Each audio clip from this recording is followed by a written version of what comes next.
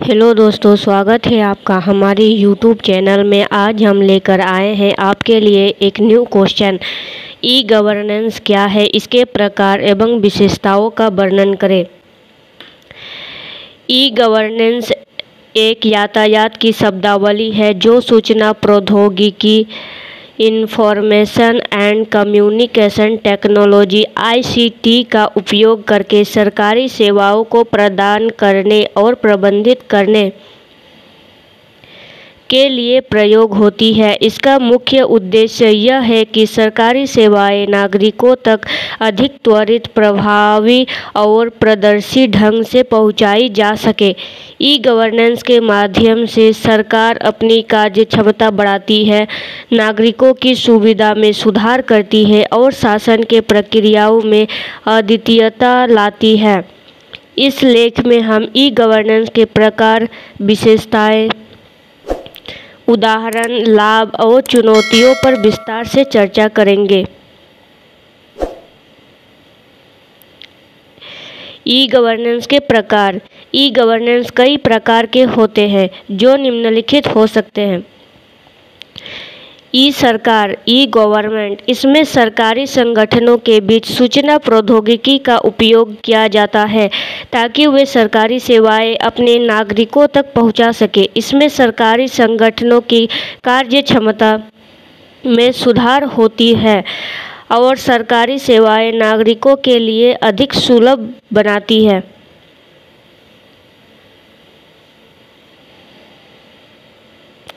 E governance यह सरकारी संगठनों के साथ साथ नागरिकों, व्यवसायों और समुदायों के बीच सूचना प्रौद्योगिकी का उपयोग करता है। इसमें सरकारी प्रक्रियाओं में सुधार किया जाता है, नागरिकों को सुविधाजनक सेवाएं प्रदान की जाती है और विभिन्न सेक्टरों के बीच जानकारी साझा की जाती है। मोबाइल गवर्नेंस, जिसे एम गवर्नेंस भी कहते हैं, इसमें सरकारी सेवाएं मोबाइल डिवाइसों पर प्रदान की जाती है। इससे नागरिकों सरकारी सेवाओं तक आसानी से पहुंच सकते हैं। यह विशेष रूप से ग्रामीण क्षेत्रों में प्रभावी होती है। सोशल गवर्नेंस, इसमें सोशल मीडिया और इंटरनेट प्लेटफॉर्म का उपयोग किया जाता है ताकि सरकार नागरिकों से सीधे जुड़ सके, उनकी राय ले सके और उनकी समस्या का समाधान कर सके। ई गवर्नेंस की विशेषताएं। ई गवर्नेंस की मुख्य विशेषताएं इस प्रकार हो सकती है। सुलभता और पहुंच। ई गवर्नेंस का प्रमुख लक्ष्य है सरकारी सेवाओं को नागरिकों तक सुलभता से पहुंचाना। इससे नागरिकों को सरकारी दफ्तरों में लंबी कतारों में खड़ा नहीं होना पड़ता और समय की बचत होती है। पारदर्शिता। ई गवर्नेंस से सरकारी कार्यवाही में पारदर्शिता बढ़ती है। नागरिक सरकारी निर्णयों को समझने में सक्षम होते हैं और सरकारी प्रक्रियाओं में अधिक सक्रिय भाग लेते हैं। भाग लेने में अपनी भागीदारी बढ़ा सकते हैं। कार्यक्षमता। ई गवर्नेंस से सरकारी संगठनों की कार्यक्षमता में सुधार होता है। डिजिटल संसाधनों का उपयोग करने से कार्य प्रक्रियाएं तेजी से पूरी हो सकती है और सेवाएं अधिक उपयुक्त बन सकती है।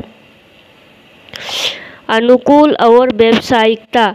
ई गवर्नेंस से सरकार अपनी सेवाओं को नागरिकों की आवश्यकताओं के अनुसार अनुकूलित कर सकती है। इससे सेवाएं अधिक व्यावसायिक बन सकती है और नागरिकों के लिए अधिक उपयुक्त हो सकती है। बदलाव और सुधार। ई गवर्नेंस से सरकार अपनी प्रक्रियाओं में नियमित बदलाव कर सकती है और सुधार कर सकती है ताकि वह नागरिकों के लिए अधिक उपयुक्त और प्रभावी हो सके। ई गवर्नेंस के लाभ। ई गवर्नेंस के अनेक लाभ होते हैं जिसमें निम्नलिखित शामिल हो सकते हैं। एकीकरण और संगठन। सरकारी सेवाओं को एक ही नेटवर्क में एकीकृत करके प्रशासनिक कार्यक्रमों में संगठन और संचालन में सुधार किया जा सकता है। समय और लागत की बचत। ई गवर्नेंस से सरकारी प्रक्रियाओं में नागरिकों को अधिक सुविधा और लागत की बचत होती है, क्योंकि डिजिटल प्रौद्योगिकी से कार्य प्रक्रियाएं तेजी से पूरी हो सकती है। सरकारी सेवाओं की गुणवत्ता। ई गवर्नेंस से सरकारी सेवाओं की गुणवत्ता में सुधार होता है, क्योंकि इससे सेवाओं की प्रबंधन प्रणालियों में ट्रांसपेरेंसी और सहजता लाई जा सकती है।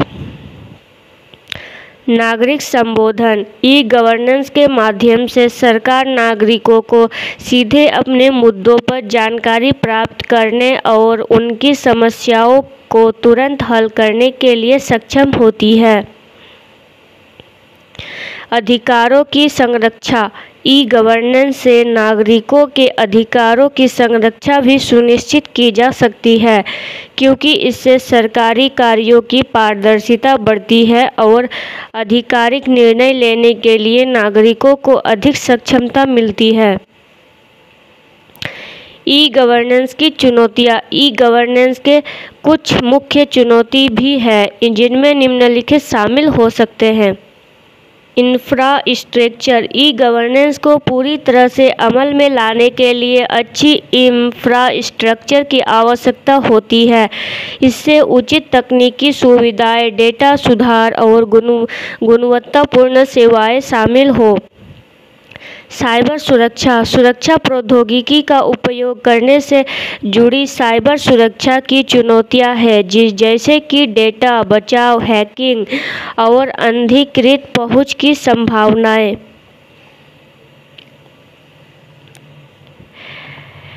डिजिटल विभाजन। डिजिटल संसाधनों तक पहुंच में असमानता और डिजिटल विभाजन भी एक मुख्य चुनौती है, जिससे कि सरकारी सेवाओं का उपयोग करने के लिए सभी नागरिक समर्थन प्राप्त नहीं कर पाते हैं। तकनीकी योग्यता। ई गवर्नेंस के लिए सरकारी कर्मचारियों की तकनीकी योग्यता और ताजगी का संरचनात्मक मुद्दा है, जिससे देखते हुए नई तकनीकी अद्यतन और प्रशिक्षण की आवश्यकता होती है। ई गवर्नेंस के उदाहरण। ई गवर्नेंस के विभिन्न उदाहरण हैं जो विभिन्न देशों और क्षेत्रों में कार्यरत हैं। इनमें कुछ मुख्य उदाहरण निम्नलिखित हैं। भारत में डिजिटल इंडिया। भारत में डिजिटल इंडिया अभियान के तहत विभिन्न सरकारी सेवाओं को डिजिटली पहुंचाने का प्रयास किया जा रहा है। इसमें आधार, डिजिटल पेमेंट्स, ई हस्ताक्षर और ई वित्त के उपयोग से नागरिकों को सरकारी सेवाओं का लाभ मिलता है। सिंगापुर का स्मार्ट नेशन। सिंगापुर ने अपने स्मार्ट नेशन इनिशिएटिव के माध्यम से ई गवर्नेंस का प्रचार किया है। इसमें नागरिकों को आसानी से सरकारी सेवाओं तक पहुंचने में सुविधा दी जाती है। इजराइल का डिजिटल गवर्नेंस। इजराइल ने अपने डिजिटल गवर्नेंस इनिशिएटिव के माध्यम से सरकारी सेवाओं को नागरिकों के लिए अधिक पहुंच योग्य बनाने का प्रयास किया है। इसकी समाप्ति की ओर चलते हैं। ई गवर्नेंस एक प्रभावी और सक्षम तरीका है जिसके माध्यम से सरकार अपनी सेवाओं को नागरिकों तक पहुंचाने के लिए सक्षम होती है। इसके उपयोग से सरकारी सेवाओं में सुधार होता है, नागरिकों को सुविधाजनक सेवाएं प्राप्त होती है और आधिकारिक निर्णय लेने में नागरिकों को सक्षमता मिलती है। हालांकि इसमें कई चुनौतियां भी हैं, जैसे कि इंफ्रास्ट्रक्चर, साइबर सुरक्षा और तकनीकी योग्यता के मुद्दे, जिन्हें हल करने के लिए नए तरीके और अद्यतन प्रक्रियाएं अपनाने की आवश्यकता है। भविष्य में ई गवर्नेंस का और भी विकास होने की उम्मीद है, जिससे कि सरकार और नागरिकों के बीच संबंध और भी मजबूत हो सके। दोस्तों, अगर आपको यह वीडियो अच्छा लगा हो तो हमारे चैनल को सब्सक्राइब करें।